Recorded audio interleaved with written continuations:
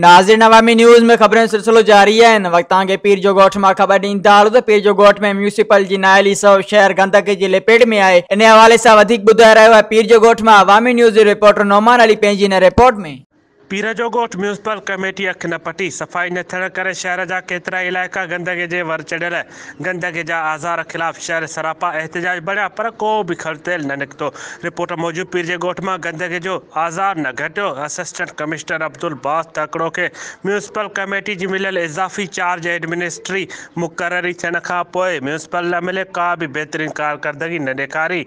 सफ़ाई न थियण करे शहर जा केतिरा इलाइक़ा कोट दीना शाह भुट्टा माला कच्ची आबादी शाह मलदान शाह कॉलोनी ऐं ॿियनि शहर जा मुख्य हंधनि ते नालियूं उथलण सबबि किनो पाणी रस्तनि रोडनि ते निकिरी आयो। गंदगी जा अंबार लॻण सबबि शहरी सख़्तु ॾुखियाईनि खे मुंहुं ॾियण लॻा आहिनि।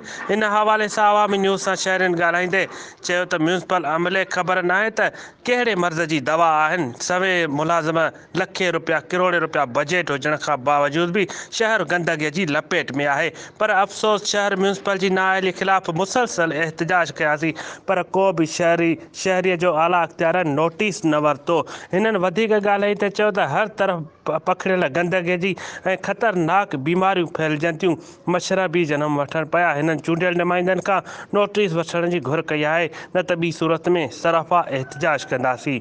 कैमरा में जवाद ख़ास के लिए सां गए नोमान, खास के लिए अवामी न्यूज़ पीर जो गोठ। मज़ीद खबरों और तफसीलात के लिए विजिट करें हमारी वेबसाइट www.awamiNewsHD.com।